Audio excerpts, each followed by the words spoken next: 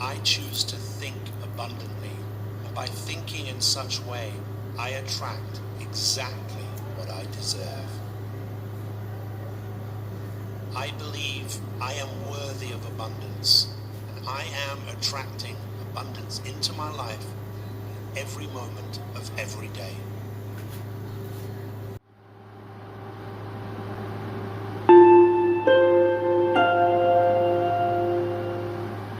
Greetings, dear ones. I'm Kryon of Magnetic Service.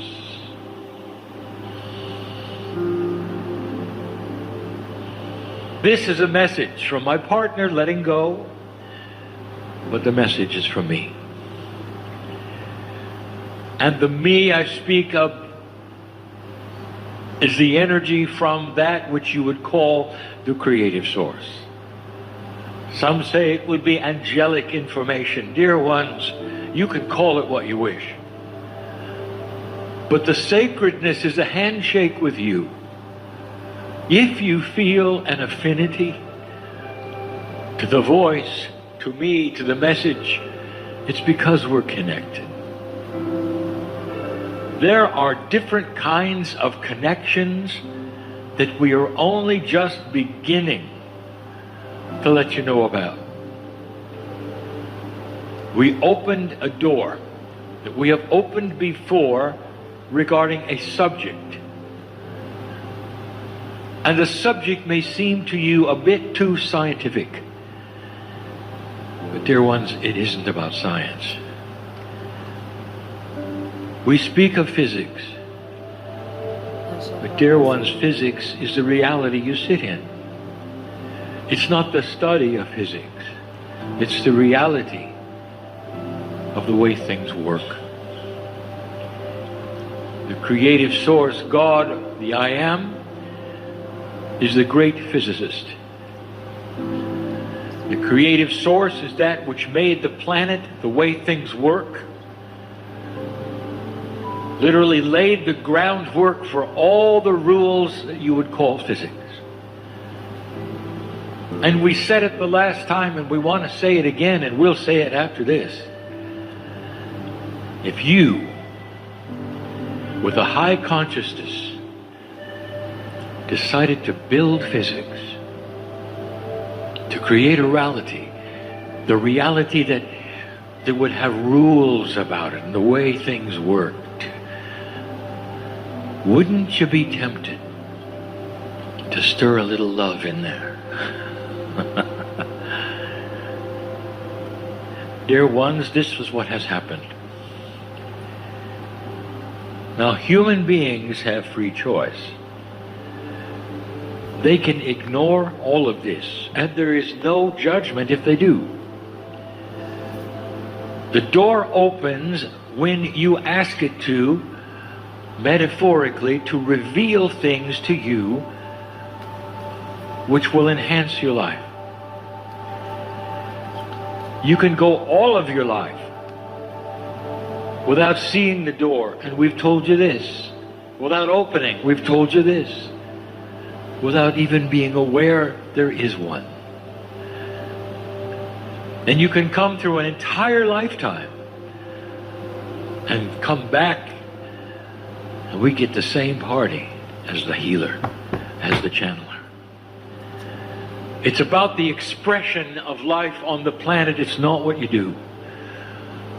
This is outside of what you've been told and what you've been taught, for you are action-driven. Humanity judges you by who you are and what you've done, and God judges you not at all. You are a piece of the creative source. You are family. And you are here doing a job. And the job is this: can you live on this planet, be exposed to the things you are with free choice, and realize that God is inside? And if you can you then go to the next step, which is to surrender to that energy to the extent where you say, I want to take your hand, I want to see what I'm missing. And what I've told you before, dear ones, is that when you do this, you're only going to get benevolent results. There's no firewalk for you. There's no suffering for you. There's nothing supposedly that you then must do.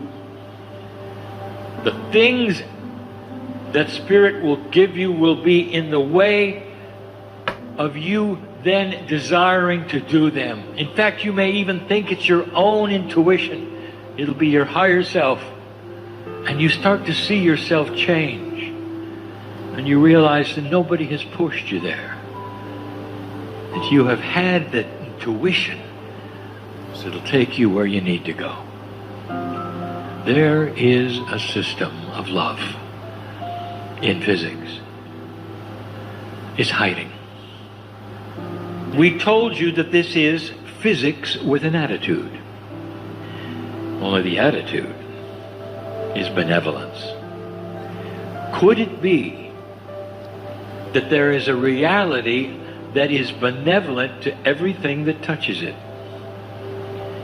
Could it be that there is a reality, which we call the field, that tries to unite and synchronize everything that it comes in contact with? And the answer is, oh yes. Science has actually seen this and given it a name, which is incorrect, which is called entrainment. We speak of the field in a grander way. It really is entanglement with benevolence and the creative source. And it's responsible for a lot.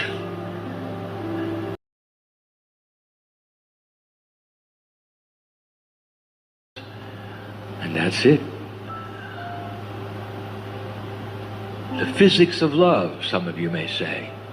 It's been hiding all along, but it's in plain sight. We've told you over and over that consciousness is physics. If it is, and if actual thought groups and intent carry energy of intent, it makes thinking an actionable item. It means that which you do and think and project has positive energy for your body. I want to call this channel the celebration channel, because the celebrating of who you are is extremely actionable. Dear ones, I'm going to give you something I've never given you before. Not an affirmation, but a matching attitude for the field. If you want to marry to the field, you're going to celebrate who you are. In celebration, there comes many attributes. Picture a celebration. What are you doing? A celebration. What are you doing? Are you dancing? You get together and celebrate something beautiful and wonderful. You sing. There's music. There's laughter. There's joy. There's dancing. There's smiles all around. Pure celebration. All of those attributes together create a confluence of energy just by the word celebrate. If you celebrate your life, you're going to create something with the field. And the hardest thing to do is just that.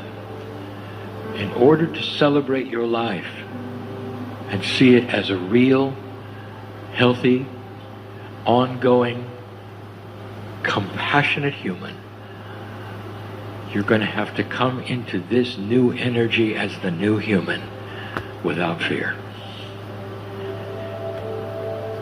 You might say, well, Kryon, I'm not afraid.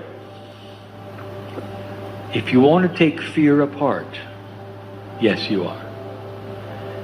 Because part of fear is what you've been taught that lays underneath that which you can feel. The things that you might be afraid of doing, that's a feeling perhaps, but it's fear. The things that you would say, well, that's not me, I don't want to do it. What are you afraid of? And the underlying one, the lack of self-worth that says, I don't deserve it. That's a fear of going forward and deserving it. Do you see that? You're going to have to wipe away all of that in order to have a pure celebration and connect to the field. But when you do, if you can, over time perhaps as the layers peel away of resistance, when you finally start to connect and you celebrate who you are, there are the words I am that come to mind. And you start to realize the connection you have with all things. And you sit there and you start to celebrate that who you are. Healthy, alive, living, joyful, smiling, and dancing. The celebration is that you are part of the cosmos itself. The celebration is that you belong on the planet. You belong here. No matter what anybody has ever told you about who you are or why you exist. You have to drop all the biases of what anybody has ever said. Anybody. What did your parents teach you? You're going to have to rewrite it. And in the process of rewriting it, what you do is you'll have to deal with the fact that you are going against what they told you. Because they didn't have it complete. Not in an old energy. Not really.